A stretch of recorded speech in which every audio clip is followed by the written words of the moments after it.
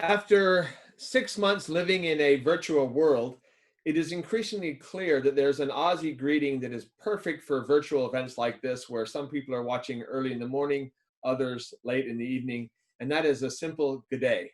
My name is Gordon Flake. I'm the CEO of the Perth USAsia Center, and I'm honored to welcome you to the third in the series of monthly politics discussions between myself and the CEO of the United States Studies Center at the University of Sydney, Professor Simon Jackman. As the Perth US-Asia Center at the University of Western Australia is the host this month, allow me to begin by acknowledging the traditional custodians of the land on which we meet, even if it is only virtually, the Whadjuk people of the Noongar Nation. We pay our respect to their elders, past, present, and emergent.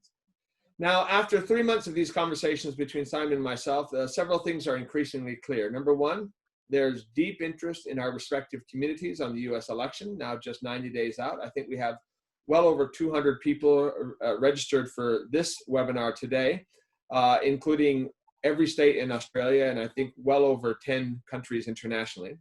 Number two, it's clear that our attempt to summarize a month is not going to happen. I think we could spend the entire short hour we've allocated for ourselves discussing the events of the last day, let alone the last month. And number three, our conversations benefit tremendously by having guests join us for the conversation, just as was the case last month when we had USSC senior fellow and former Republican Congressman Mia Love. Today, we are extremely fortunate to be joined by a special guest, Dr. Evelyn Farkas, a friend of mine from my decades in Washington, D.C., who herself has over 3 decades of experience in Washington in the executive, the legislative branch, as well as in the private sector and international organizations. I think many of you will already know Evelyn. She served from 2012 to 2015 as Deputy Assistant Secretary of Defense for Russia, Ukraine, and Conventional Arms Control from 2010 to 2012. She was Senior Advisor to the Supreme Allied Commander Europe and Special Advisor to the Secretary of Defense for the NATO Summit. She's also had great experience in the think tank and academic community from 2001 to 2008. She served as a professional staff member of the Senate Armed Services Committee responsible for the Asia Pacific, the Western Hemisphere. I, for my long years working in North Korea, familiar with her from her trips to holiday destinations like Pyongyang. But she's brought a tremendous level of foreign policy and security expertise to the community in Washington, D.C., and we're very fortunate to have her here with us today. On a special note, in addition to everything I've just said before, Evelyn is one of those rare individuals who doesn't just analyze the situation, but she's actually a classic woman in the arena. In addition to serving in government up until just last week, she was a candidate for Congress in the 17th District of New York, and we appreciate her efforts to kind of actually participate directly in civic life. That means that she's bringing with her perspective not only from government, but from work on the Hill, and as a candidate itself. So Evelyn, thank you for taking time to join us today. We greatly appreciate it. Well, thank you for having me, Gordon. I had to have some coffee because, you know, it's evening time here in the U.S.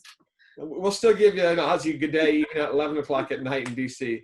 And Simon, thank you again for joining in and for doing this joint series with us at the Perth USAsia Center. We greatly appreciate it. Always a pleasure, Gordon, and great for our two centers to be working together on something as important this year.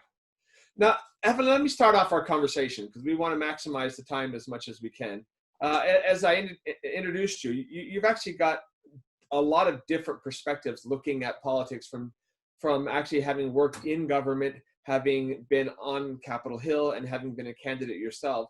We're now just less than 90 days out for the election. I wonder if you might just give us your big picture overview of the state of the race. Yeah, I mean, Gordon, it's really difficult because now we're experiencing this politics during pandemic, which is something I experienced, as you mentioned, up close and personal, and we're seeing it unfold and affect this campaign.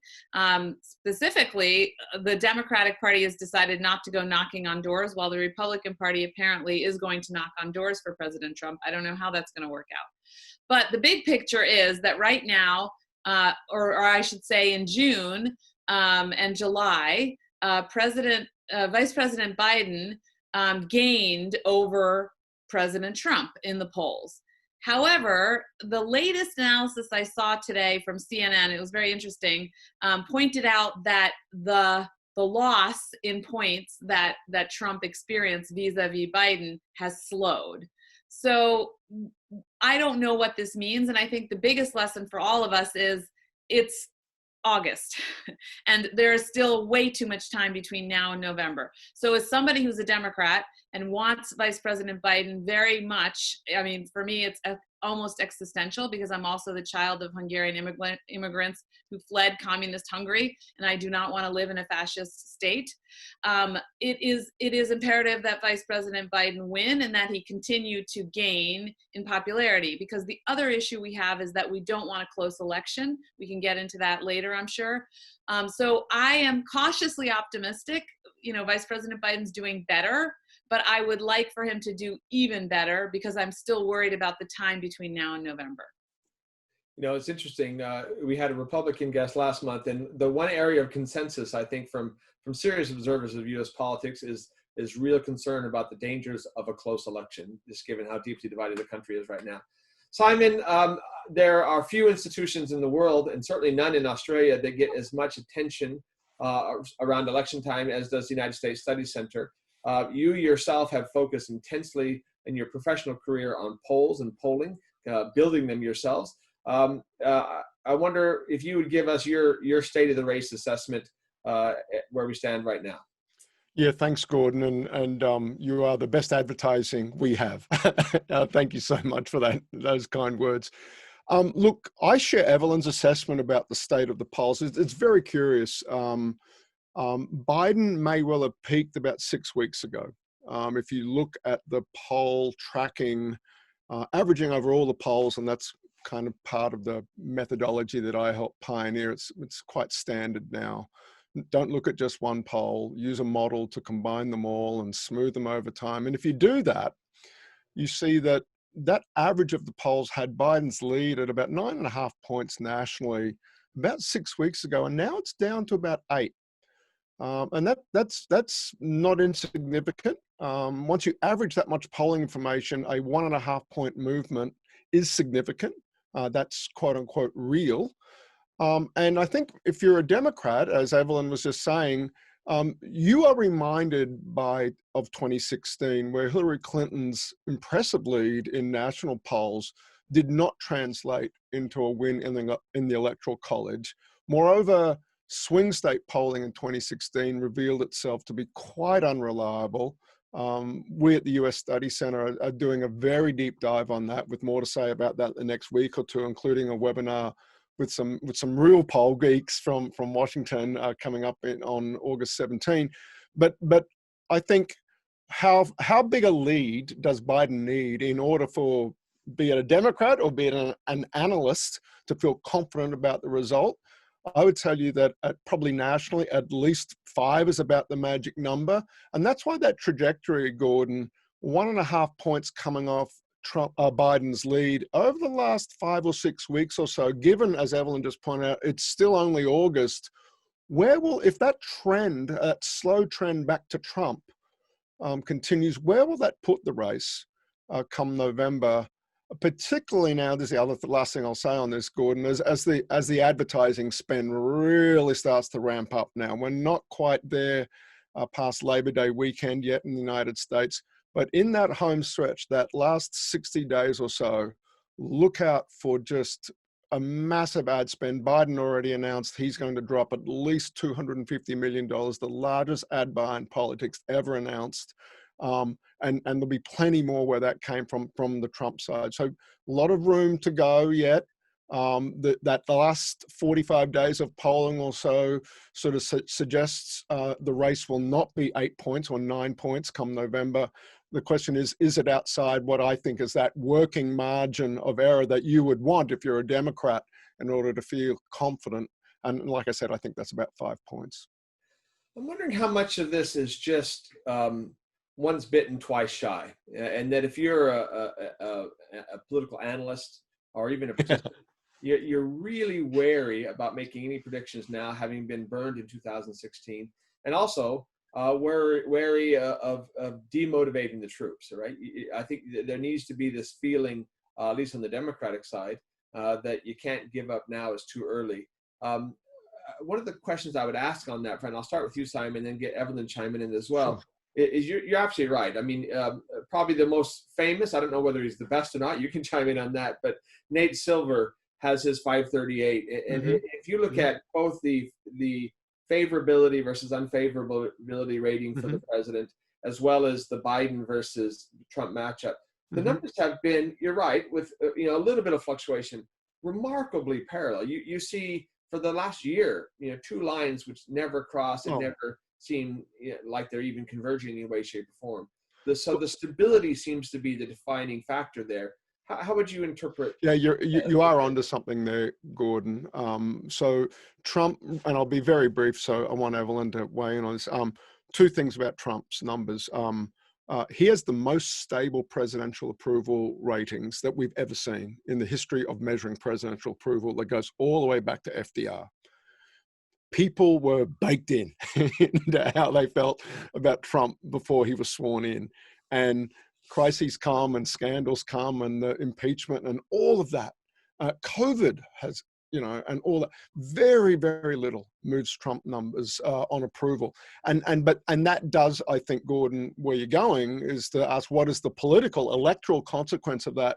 And I think I go back to some comments we had with the Democratic consultant webinar we did last week, Anna Greenberg, old former student of mine, great friend of the US Study Center. She said, Democrats have been riled up about Trump since he was elected, and look at the midterms and look at the Women's March very early in his presidency. Look at the candidates that were mobilized to run in 18. Long before we got to COVID, the Democratic base is riled up, but so too is the Republican base. And I think this election is you're seeing that wave of turnout that the Dems brought out in 18. And some disaffected Republicans, they're what's new in the equation relative to 16. And so just to round it out, the question is, are the polls picking up those changes in the electorate correctly? Because they certainly didn't, Gordon, 12 to 16, right? That's where the polls went wrong. We did a great job in 12. We messed up, collectively, the polling industry and analysts of polls, did not see the change in the electorate 12 to 16. The question is, has 18 taught the polling industry enough such that you, me, Evelyn, all of us can feel reasonably confident in these poll leads that we're seeing now for Biden and not feel as though we're going to get our whatever handed to us as we did in 2016. Well, Simon, you're absolutely correct. And we discussed this last month, that the approval ratings for the president have been remarkably stable and historically stable, but the flip side is also true, that he is net underwater, and the disapproval ratings true. Have also been remarkably stable. Yeah, he's got one of the lowest approval ratings that we've ever seen for a president chasing re-election. And ordinarily you'd say, well, that would lead us to predict he can't be re-elected, but comma. Yeah. I mean, I think the really important component of this, and again, I confess I may be a little bit influenced by my recent election. We expected in my election that 40 to 60,000 people would turn out. It was almost 80,000. Yeah. Why? Because of Black Lives Matter, which is also why I lost and why the other moderates in my race lost and a progressive Black gay man won. And so we don't know what's going to happen kind of out there in the political environment that could potentially motivate more people suddenly to register or to turn out. And I really think that this is the thing that's so frustrating as an American to look at. We have the worst setup when it comes to elections and voting. And we pretty much disincentivize, even before you get to voter suppression, Americans from voting. We need to do something about that across the board. In my election, we talked about everything we could do, starting from registering people when they graduate from high school to a national holiday, short of what you guys do, which is, as I understand it, require people to vote. Now, we really need to do something, though, in America to get the turnout out. But it is possible, again, going back to what you said before, Gordon, about the anger and then also the excitement about getting women into the race, about getting people of color into politics, that maybe that will propel greater turnout this time. Because The problem that many of us see is that these races are too narrow. And this is now even more acute in the case of Trump, because there's not just the question of who's going to win, but will Trump accept the outcome? And if there's a close, if it looks close, he's less likely to accept it. And that's a whole nother issue. And if I could say one other quick thing on the why 40%, don't budge and they just love Trump. Again, I think it's because we've never had a president who's really been a fascist. I mean, in terms of cultivating this personality cult, people are not supporting him because of his policies, is my belief. They're supporting him because of this kind of type of personality they want to support. And I'll leave it at that. Simon can analyze it if you'd like. 40% is really low. I get, Evelyn, I get asked this all the time. How is it that 40% of Americans can approve of Trump? A lot of Australians ask that question. You got to remind them, historically speaking, for a president to be locked pretty much at, say, 38 to 41 in their approval ratings for like 3.5 years, that's bad. That is a very low approval rating. And ordinarily, the rule is you'd like your approval rating to be north of 50 for your re-election, And so, yes, it sounds like a lot on the one hand, but in relative terms, he's got a low approval rating. It's sort of a little bit of a floor effect. If every Republican said reflexively they approve of the job he's doing, and every soft Republican who doesn't openly describe themselves as a Republican did, you'd get to 35, And so 40 is low, and pretty much is a little bit above a rusted on type numbers is the way I sort of describe it to Australians. Although, Simon, if I might chime in here, the thing that's really fascinating for me about that is that if you look at where Trump's approval rating sat on January 1st of this year, and you look at where it is now, it's almost identical. It goes, some days it's slightly above, some days it's slightly below, but it's almost exactly where it was January 1. And in the intervening 6-7 months now, you've had a global pandemic that's killed 150,000 plus Americans. You've had the highest unemployment rate since the Great Depression, the collapse of the economy, complete civil unrest, and yet somehow that hasn't changed that base. And so that's a remarkable story, which I'm afraid we're not going to get into too much detail at the time, because I want to move on to the next thing. And if there's one thing out there that seems to have the potential to shake things up that we don't know yet, that's the question of the vice presidential pick. Many people assumed that the choice would be made and announced publicly this week. It now looks like it's going to be next week. But looking at the fact that the president and the vice president's side of the ticket seems to be set, we know pretty much what their campaign strategy is and their messaging is. The one thing that might be a little bit different between now and the election is who the candidate on the Democratic side, former Vice President Joe Biden, picks as his vice presidential candidate. He has early on indicated that he was going to pick a woman. By all accounts right now, it seems extremely likely that he's going to pick a woman of color, and that does seem to be the focus right now of attention in the last several weeks. But why don't we start with you, Evelyn? I think you probably have met or worked with or know some of the other candidates directly. Would you kind of give us your assessment of the state of the race, if there is such a thing, for vice presidential candidate on the Democratic side of the ticket? Yeah, I mean, I will tell you, Gordon, I am very skeptical of all of the media coverage. I think it's very hard to tell exactly who the vice president is really seriously considering. I don't really think there's anything in it for him in terms of tipping his hand. I mean, I understand people think he might be trial ballooning, or the notes about Kamala are revealing something.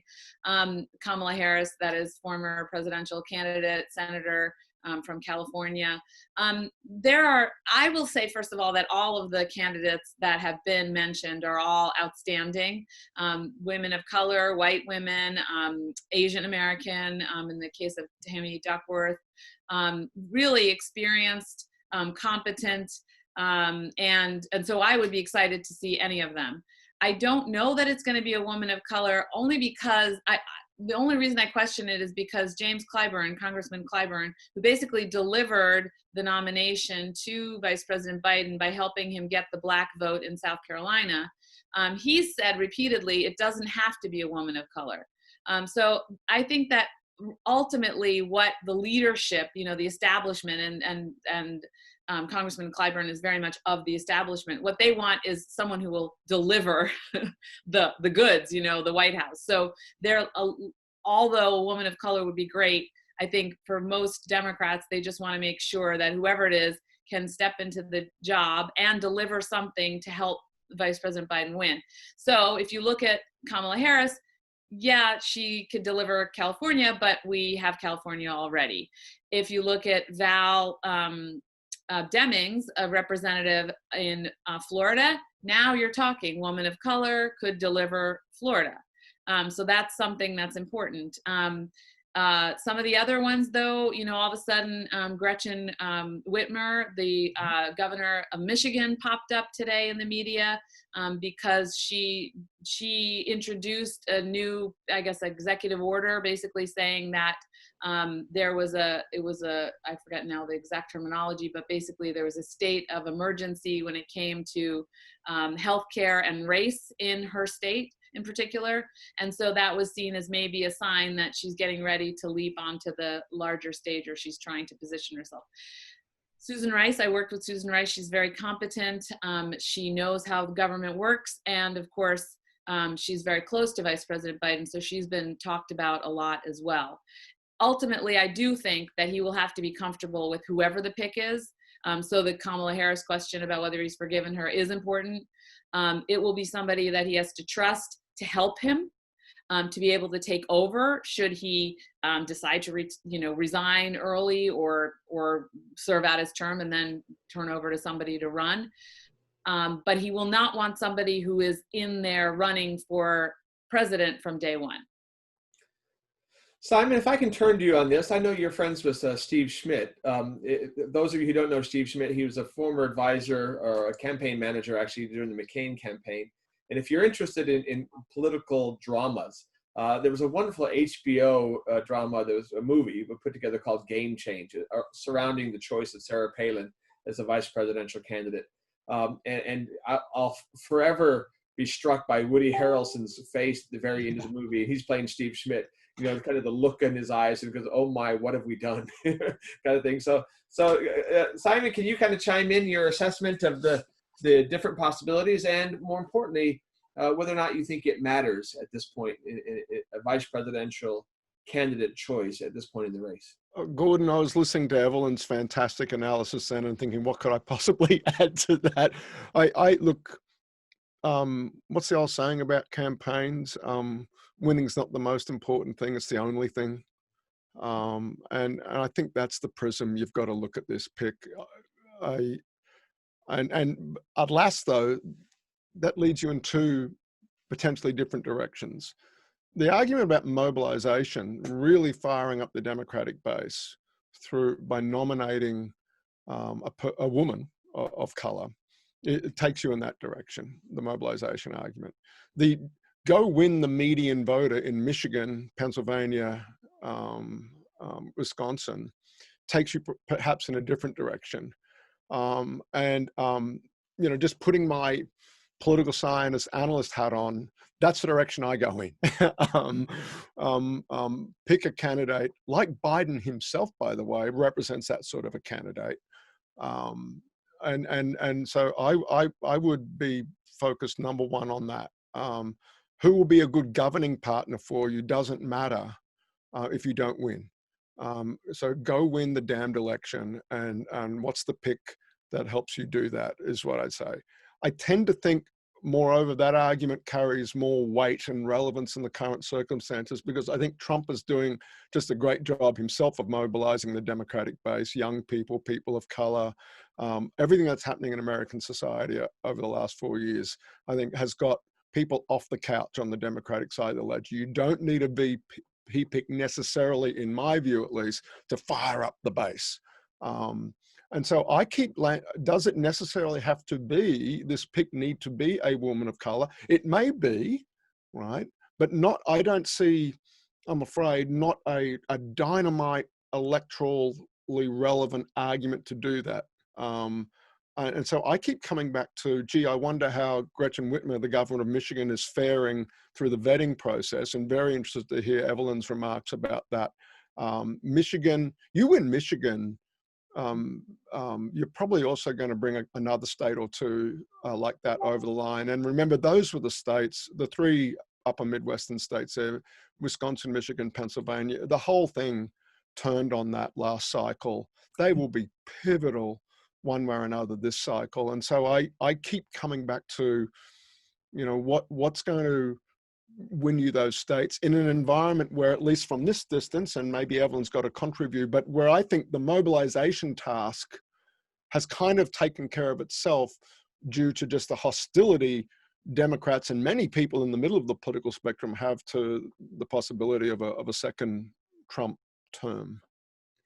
Maybe, but I'm also, again, as I said, really concerned about getting more Americans, more people to vote, period. And so that, but I don't know whether the vice presidential pick will do it or not. Well, look, I was going to be cheeky and kind of push you both to make your predictions, knowing full well that, you know, we'll know the answer by the time this is shared kind of beyond the live audience right now. But since I'm on the same call and I have no desire to pick something where I have no confidence, and I'll spare you from that. What I do want to turn to, though, is what has been largely the narrative of the last 3.5 years since the last election, and that is the U.S. system. Evelyn, you started in your opening remarks talking about some of the fundamental flaws in the way the United States goes about voting. Right now, there's heavy focus. The president himself suggested that we might have to delay the election. There's an attack on mail-in voting unless it's in a Republican state. Then absentee ballots, which are done by the mail, are okay, but they're not. So much of the last 3.5 years were focused on foreign interference in the elections, and yet we don't seem to have fundamentally changed where we were at this time in 2016. So I'm wondering, again, you've had some direct experience with this as well. Could you kind of address the integrity of the American election system and those various avenues into that discussion? We'll start with you, Evelyn, and we'll go to Simon. No, I mean, look, remember that back in 2016, during that election, when the Russians interfered, their objective was to make Americans question the integrity of our elections and of our democracy writ large, but certainly specifically our elections, and also to help Donald Trump because they thought he would be more helpful to Russia. Donald Trump has been so helpful to Russia because he's continued to erode confidence among Americans in our democracy and in our elections. He's done this a myriad of ways, obviously through his rhetoric, which is constantly questioning the integrity of our elections, but also through his, for lack of a better word, which is too loaded, I was going to say henchmen, but through his allies politically, like Mitch McConnell, who have stalled funding for increasing election security.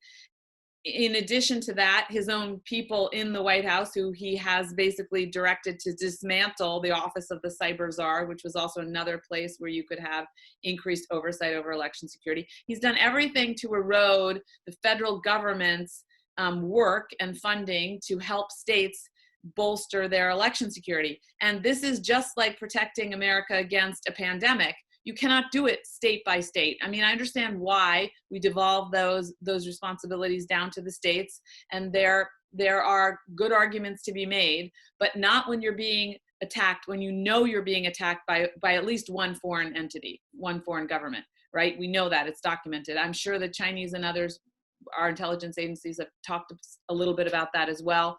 But we know we're being attacked, so the federal government should be helping the states with funding, with giving them also criteria about what election systems are safe, which ones aren't. You should always have paper ballots, et cetera. So we know that we have a problem on our hands, and I'm even more alarmed now because although I have security clearances, I have no need to know, so I have not been briefed like Senator Blumenthal of Connecticut, but Senator Blumenthal of Connecticut was recently briefed on foreign interference in our elections and tweeted out that he's very alarmed that our our administration, that our government is not alerting the American people, is not telling us actually what these actors are doing right now. And that, of course, is a segue to the fact that my election also was interfered with. I was a target of Russian interference, relatively mild, but nevertheless, there was interference in a US state congressional race. So I think we have a huge problem on our hands, and we don't even know publicly the full extent of it. Evelyn, I saw a New York Times article with just the day before yesterday, referencing a State Department report on the fact that there is this election going on, without going down to the specifics. Your case was quoted as well, and yet there does seem to be a disconnect between our intelligence communities, our diplomatic communities recognizing the problem, and where the rubber meets the road in terms of the election infrastructure, the willingness of the government to respond to that. And I guess that probably echoes the problems we had 3.5 years ago as well. Yeah, and it doesn't mean, Gordon, that there wouldn't still be a problem if the intelligence agencies put out a report, because we saw in 2016 the intelligence community put out a report, and there were many Americans, and of course including Republicans and President Trump himself, who dismissed those reports and managed to get sufficient numbers of people to ignore them. So having the information out there isn't the answer, but it's certainly a first part of the problem. And then obviously then you need funding, you need political will, you need Americans demanding election security. Simon, given your focus on the machinery of elections, could you kind of chime in on this as well? Oh, Gordon, it's heartbreaking. I'm a dual citizen. I naturalized over the long time I spent in the US, and it's both professionally, scholarly, but personally, I've never been more fearful for the prospects of a free and fair election in the United States as I am this cycle. And 2016 should have been an existential wake-up call for all the talk of, the commitment to the values of democracy. Where has been the follow-through from Washington? Let me also just throw on the table, for Australians, you need to understand there is no one US electoral administration system. There's about 3,000. It is literally a county by county operation with directives from the states, but so much of the actual machinery is county by county. What sort of voting machine you might have, if you have a machine, do you have optical scan, is it paper? Where the precincts will be. States allocate funding to the counties to do that, but it is this hodgepodge and patchwork of systems that is in some places quite professional, and in other parts of the United States, one notch above partisan hackery or a mix of that and just well-meaning but poorly resourced folks trying to make do. After 2000, there was HAVA, the Help America Vote Act, and the Election Assistance Commission. Washington, from time to time, stands up these things. But the sad truth is, going right back to the Voting Rights Act, Washington has to be dragged kicking and screaming to start to get down and into the states and counties where ultimately responsibility for election administration vests. And that was true with HAVA. I met the woman who was the leader of the Election Assistance Commission, and Congress gave her some money to go off and do her thing, and they wanted to it was purely symbolic. Check the box. And this is to do with the hanging chads and all of that drama that we saw after the Florida controversy in Bush v. Gore in 2000. But the truth is, a lot of incumbent members of Congress don't mind a quiet election, thanks very much, where they know the rules of the road and how to get themselves reelected. That suits them very well, thanks very much. And the local party there, it's a great but sad reflection on American politics, that American kids are taught to believe they live in the greatest democracy in the world. But the sad fact of the matter is, when it comes to election administration, America does not live up to the promise and the story it tells about itself. Australia, I think we can point to a few things. Legally, elections to the federal parliament, a lot of responsibility for that vests with the federal government.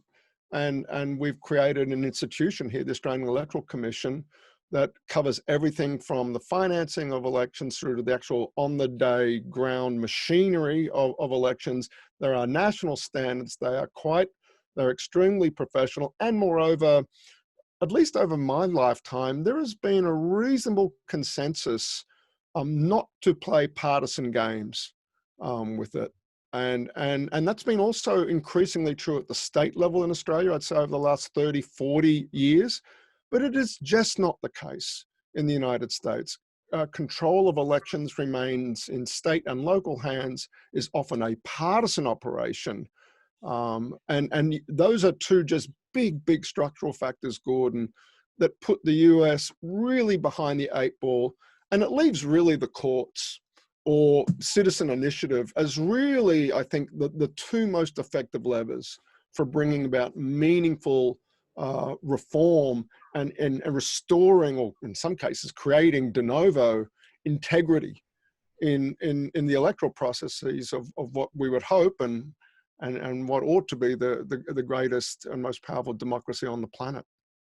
I want to keep this particular focus going just for a moment. We have one of the live viewers' questions just popped up from the Studiosity. It's called the Studiosity team, and they mentioned, Simon, your comment that America does not live up to its promise is quite striking. And the question for them is really to you, Evelyn.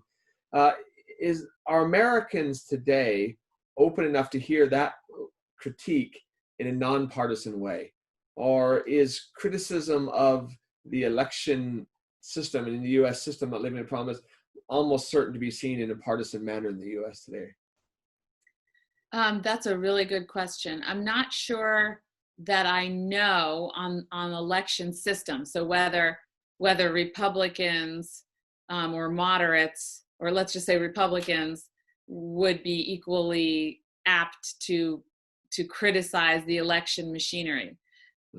What I will say is that Americans across the board criticize our Congress, for example, right now, unable to come to an agreement on a package to provide assistance to Americans to continue to make it through this pandemic and economic depression, or recession. So I think that there is agreement that our system is broken. I don't know whether the agreement, I think, probably focuses more on the people who are running the system than the system itself. I still don't think Americans take kindly to, if the Australians were to come over with a commission and say, here's where you need to change your constitution. We don't like that because we're used to telling other countries how to do it. So I don't think that would go over very well. But certainly the parties themselves are criticized by equally, I would say, by Republicans and Democrats and moderates, and the Congress writ large. But it does sound like from your earlier comments that in the current environment, if we're just talking about election security, there is resistance on the part of one party to improving these things right now because they've benefited from the current situation. Hey, let me bring out another online comment right now from Sue Boyd. Sue is one of our storied diplomats, former Australian ambassador to Vietnam, etc. Sue, particularly for you, Evelyn, would like to hear a little bit more about the challenge of getting voters actually out to cast their votes. If we look back at 2016, I'm commenting now right here, one of the most striking things that impacted that outcome was the fact that the people who turned out for President Obama in 2012 and 2008 didn't turn out in 2016. So voter turnout seems to be the game. Simon earlier mentioned we had a massive turnout in the midterms in 2018. But I don't know that the Australian viewers watching this today fully understand the challenges of getting out the vote. And my guess is that you faced the problem in your own primary election, dealing that in a pandemic environment, dealing it in the current political environment. So could you talk a little bit about that fundamental challenge?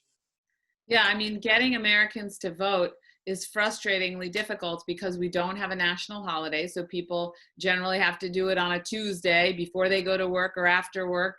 If you're a single parent and you have to pick your children up from school or drop them off, you better hope the line is really short, because most of our states still are conducting elections, or I should say up until now have been conducting elections, in-person elections.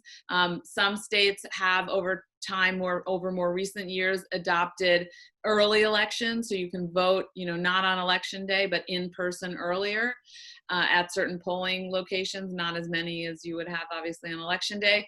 And then mail-in. We always like to say that California, I guess we Democrats like to say that California is in the lead. And even as a New Yorker, I have to admit that in many cases where historically New York was in the lead, but now California on mail-in voting, they've been doing it for years. They understand how it works, and they have a system for it. We had such a problem in New York with all of our congressional races. I mentioned that my race was only officially finalized last week, but it was only 2 days ago that another one in New York City was finalized, where Carolyn Maloney was the winner, but it was very narrow. That is because of the mail-in ballots and the fact that we don't have the infrastructure and the organization in New York to be able to do that quickly and efficiently. So the states are also having to make that pivot. President Trump is, he's, again, as you mentioned earlier, muddying the waters on this. But why is turnout also hard? Because of the Electoral College and the popular vote, the discrepancy between the two. And so if you go and you turn out in New York, for example, it may not make a difference, because it's really whether the Electoral College votes from Wisconsin are going to get the president, your guy or gal over the line. And so there's problems with the system and the lack of motivation sometimes to people in certain states to turn out. Let me see, there are a few other things. Well, I don't want to leave out the Russian intervention, because you mentioned 2016. The Russians actually suppressed the African-American vote for Hillary through Facebook. They basically created all of these fake accounts and then bombarded African-Americans with messages saying Hillary Clinton was not going to help them, so they might as well stay home.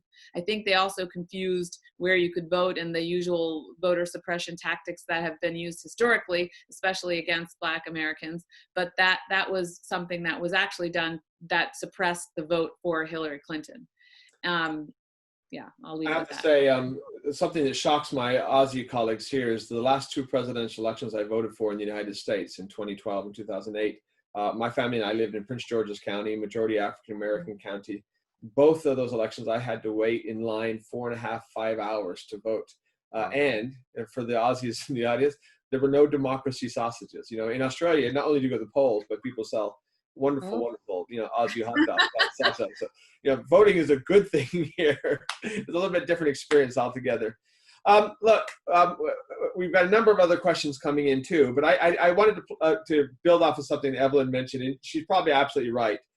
It probably wouldn't do Australia well to send a delegation to Washington to tell them about the glories of the Australian Electoral Commission. However, a mutual friend, Jonathan Swan, who's a reporter now for Axios, the United States Study Center did a wonderful morning webinar with him just about a month ago. If you haven't watched that, go into the USAsia website and check that out.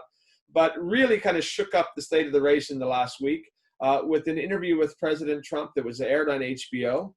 And it was widely touted as a master class for how Australian reporters might show American reporters how to do basic reporting. Now, giving credit to Chris Wallace, who did something similar from Fox News about a week prior to that, or 2 weeks prior to that. Simon, I wonder if you might comment on, an Australian reporter's impact on the race, and whether or not interviews like that, which were for the international community, for Australia, just shocking in terms of what it revealed around the president, whether something like that might have an impact on the race. I go back to our earlier point, Gordon, about the stability in Trump's numbers.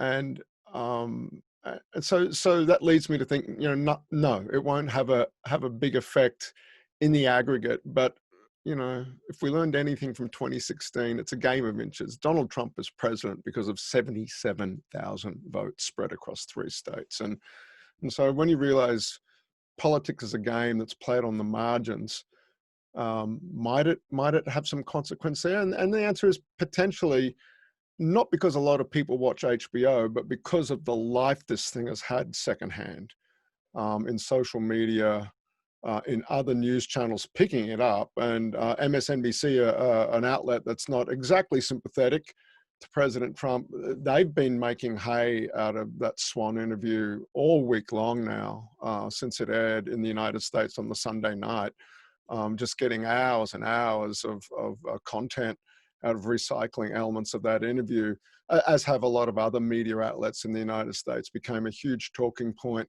And so does it start to sort of, I think the sort of audience that would respond to some of the ways that Swan was challenging the president, particularly on the numbers and the chart, and saying, well, why can't I look at that? You know, very obvious. I think that's the demographic that's on the move this cycle. College educated whites are just going, oh my God, look, this guy, Swan is giving this guy a masterclass in how to read a chart, or what is a denominator, or what should be my denominator is better than your denominator. I mean, I think there's a sort of, there's an audience that is potentially quite receptive to that, number one. Number two, they are in play this cycle. They have been softened up by their dislike of Trump over the last couple of years, and they're plugged into media channels where they may see this thing, if not firsthand, then certainly secondhand. And you know, on the margin, Gordon, it's this game of inches. 77,000 votes was enough last cycle. So Evelyn, I trust you've seen the interview. If not the interview, at least the quizzical Jonathan Swan face memes that have come out afterwards. Your view? I mean, I think what I would add to what Simon said is that, first of all, yes, Jonathan has very good access in the White House, so his reporting across the board is always interesting. It might be that Australian accent, we like that here in the States, so maybe it's disarming and gets him into rooms where other people can't get in. But he also asked really good follow-up questions. He did, oftentimes many reporters let the president off the hook, maybe because they're embarrassed by the president's response. They let him off the hook out of some kind of element of pity. But Jonathan came back and you know, I think just highlighted again for the viewer that, okay, this guy doesn't understand, or he doesn't have empathy. And the empathy point, I think, was really well done. And I think some of the columnists, I think the Washington Post or New York Times, one of them also wrote a lot about how he revealed the lack of empathy on the part of this president. And that will be important for women. And in this case, if you already have the women on the left, but you want the women in the middle. And so again, if you want to get turnout and you want to get people to vote against Trump who either didn't vote or maybe voted for him, you're going to get those soccer moms, you're going to get those women who say, this guy doesn't even care, and my grandfather just died, or my kid's grandfather, my father just died, you know. So I think it's middle-aged women and older, for sure, would be likely to watch that and say, you know, this is wrong. You know, for me, there were a lot of striking things in the interview. The fact that, you know, he would continue to assert that he's done more for African Americans than anybody except for maybe Abraham Lincoln, while talking about John Lewis, is quite striking. But the thing that probably came across to me most is, prior to the interview, one could have still persisted in the belief that the president's constant repetition of his link between testing and cases with COVID-19 was designed just to be simple political messaging, right? You know, modern politics, you get a message like that, you repeat it, you repeat it, you repeat it. But after the Swan interview, it's pretty clear that the president does not understand the linkage between testing and cases, right? Just, you know, and that lack of understanding just came across clear and was quite shocking. I think internationally, that certainly was part of the discussion here in Australia. I would urge our viewers to look this week at an op-ed written by Jennifer Rubin, who traditionally wrote from the right, has become one of the kind of never Trumpers, you know, former Republicans on that side of the ledger. But she made some really interesting observations about the American media environment. When I first arrived in Australia 7 years ago, Number one, I was shocked at the tenor of discussion in question time in Parliament. There are few places in the world where Americans will ever be accused of being polite, but our parliamentary discourse is one of them, right? And the second thing that really shocked me was Australian reporters are tenacious. I mean, just straight to the point and blunt. And I think we saw that. Jennifer Rubin's op-ed this week in the Post observed that in the American media environment, where it really tends about building personalities, the people who tend to rise up to the level where they're senior enough to interview the president tend to be those that you want to invite into your home. They're pleasant, they're not confrontational. And as a result, it's been a long time since the president's had that level of direct challenge, probing questions. And it was kind of a shock. It was really interesting observation. Hey, look, I've got a couple of other questions that have come in, both from our prior registrants and some online. But one of them is from Peter Dawson, who's a director at a resources or an engineering firm here in Western Australia called Lycopodium. And he asked the questions about whether or not U.S. institutions are strong enough to protect the U.S. democracy in this face of this constant assault. Now, I know that's not a new question. It's been going on, but it seems there has been a ramping up of it, particularly focused around this week, the president's assertion that he wanted to delay the election, which seems to have been beaten back quickly. Maybe, Evelyn, we start with that particular question. Do you think the U.S. election will be delayed? And how will the institutions hold up? Okay, the election will not be delayed. The Constitution says that the election needs to be held in November on a Tuesday, and first Tuesday in November, it will happen. The question about institutions, I've been reading Hamilton. I finally got around to, reading, and I'm finally reading Hamilton, and reflecting on, the choice of George Washington. That was really important. It continues to be important. The Chief Justice, I went to Franklin and Marshall College.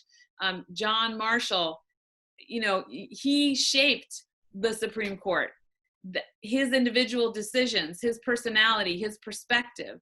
Again, George Washington, same thing with regard to the presidency. And yes, they were early, so what they did made a big difference, but it's still the case that along the road of history, the people occupying the positions that constitute the institutions are, I think, more important than the institutions themselves, and how they comport themselves, and whether they respect not just the rules, but the culture, whether they exercise, what constitutional scholars call forbearance, where they don't overplay their hand, even though there is no law or regulation saying they can't take X or Y action, like gassing American citizens in front of the White House. So I'm referring to what Trump did during the Black Lives Matter demonstrations here in Washington, D.C. So I would say that, it really is important who the people are. And you need to look no further than the role that our Chief Justice, John Roberts, is playing right now on the Supreme Court, understanding very much that we're at a difficult time in our history. There's a lot of political tension, and if the Supreme Court makes a decision that's too narrowly overturning precedent, that it could actually have an effect on what's happening on the streets and in our politics writ large. And he is, in the best tradition of Supreme Court justices, sort of smoothing the edges and making sure that the Supreme Court doesn't become overly action-oriented, if you will, for lack of a better way of putting it, since I'm not a lawyer. Look, there are very few silver linings in the COVID era, but if there's one very slim one, that is that the musical Hamilton, as you referred to, is not scheduled to be live in Sydney till next year. We'll see if that comes off or not. But because of COVID-19, Disney Plus has released the film version in Australia and globally. It results, a lot of my colleagues and I have watched it in great detail. And if you haven't done it, I refer those people to watch the video. I mean, the play is amazing itself. But one of the most moving things for me in the play is the final speech of George Washington. A president who, out of pure stature, could have held on to power. So that first ever transition of power, the song "Teach Them How to Say Goodbye" is moving in that front. And that final farewell speech from George Washington is one I'd commend to all readers who want to to find solace in history if you can't find it on the newspapers today. Simon, your comments on that transition there. Again, very little to add to Evelyn. Gordon, if you just indulge me for 15 seconds, my own intellectual progression goes from being a heavily institutionalist, the sort of political science I learned in my early 20s, getting my PhD, it's all about institutions. Do you have a two-party system? How do you get one? What do parliamentary systems do? What does a more Republican form of government do? Bicameral legislatures, compulsory voting, all that sort of stuff. But in the fullness of time, I've come to appreciate, I think, Evelyn's most excellent insight. That is, institutions are only as good as the lived commitments of the people who inhabit them and give them day-to-day meaning and take actions through them and with them. And that is, you know, I've come to appreciate that in my role as an educator and as a professor. One of the things we're doing is to instill that sense of purpose and responsibility for young people that go on to have lives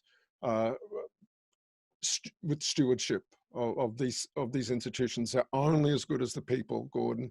And there are, and so when we talk about the strength of institutions, we're talking about the strength of the commitments that individuals have to stick to the rules.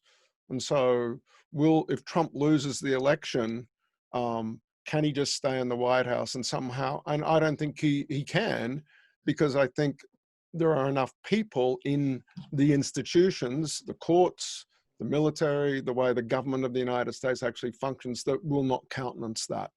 But it's not because there's something magical about institutions or stone pillars and things on words on documents.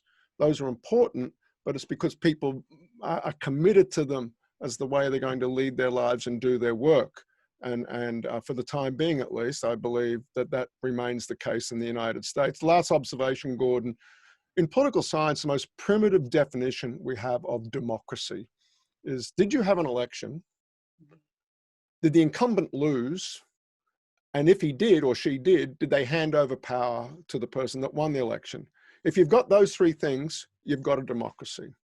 And I don't know what the outcome of the election will be, but I remain quite confident, very confident, that if it is a decisive result, that the courts don't have to get too overly involved in November, that there will be a transition of power, should that be the way events take place in November. Well, as anticipated, the hour went far too quickly. It's amazing that we barely touched on COVID-19, the economic impact in the United States, the unrest in Portland, a range of other issues which you could have covered. But my hope is that for those who are viewing this now live and who will view it in video format later, you will have a deeper understanding of some of the nuances. Again, we're very fortunate to have Evelyn, who's been directly involved in both in politics and in government, and to share her perspectives. Simon, as always, we benefit tremendously from your deep expertise in this issue. I want to wrap up, one, with an apologies to those many questions that were on the live chat and in the pre-registered chats that I couldn't get to. But secondly, with a final question to our conversation here, and that is, can you just give us, looking ahead at trends or events or developments, number one, something that really concerns you, and number two, to hope to end on a little bit of a hopeful note, something that gives you hope. So Evelyn, why don't we start with you, and then we'll go to Simon, and then we'll wrap it up there. Okay, so something that concerns me is impossible because there are so many things that concern me. And most of them have to do with the breakdown in the international order, the lack of leadership, the standoff between democracy and autocracy, the fact that as a globe, we can't manage this pandemic. And we are ignoring right now the other crisis out there, which is the climate crisis. So, and not to mention, again, the political crisis, which is the standoff between democracy and autocracy. So that concerns me. On the counter side, though, what gives me hope is the Black Lives Matter movement in the United States and globally. Basically, people of all ages, of all races and ethnicities, certainly in my home state, in my country, standing up and saying, you know what?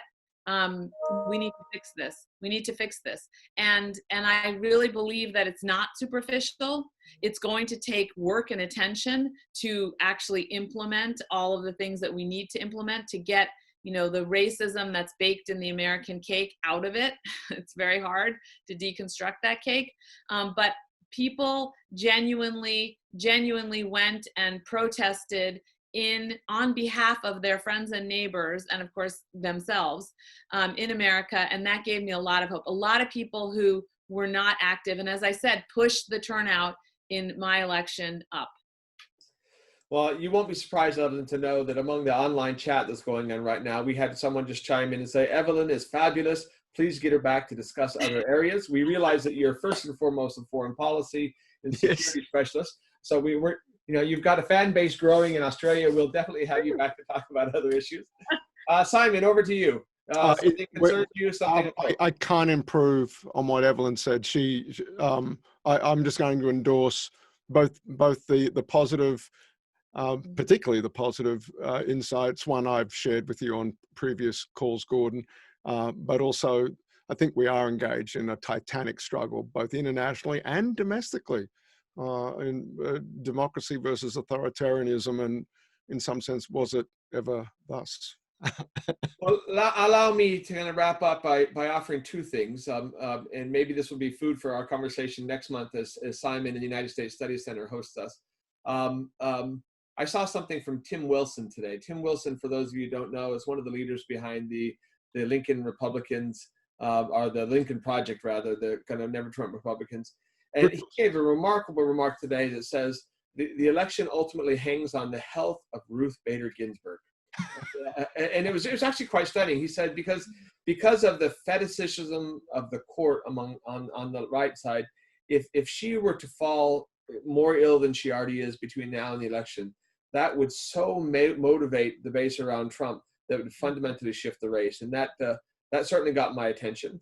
The area of hope, and I'll go back to, and I really appreciate Evelyn mentioning not only the Chertoff book Hamilton, but the play, because those who put together the play are the same community as those who are behind the Black Lives movement that really represent kind of the future of the United States. And so the thing that gives me hope is civil society.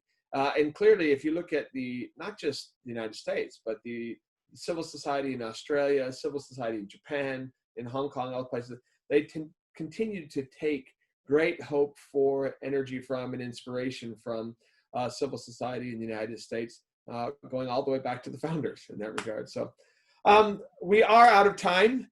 Evelyn, thank you so much for your time. Simon, I look forward to your turn at hosting us in a month from now. And I anticipate that there might be one or two things that happen between now and then that will be worth our conversation in early September. On behalf of the United States Studies Center and the Perth USAsia Center, we thank you, our audience, for joining us and look forward to next month. Thank you again. Thank you. Thanks, Evelyn. Thanks, Gordon.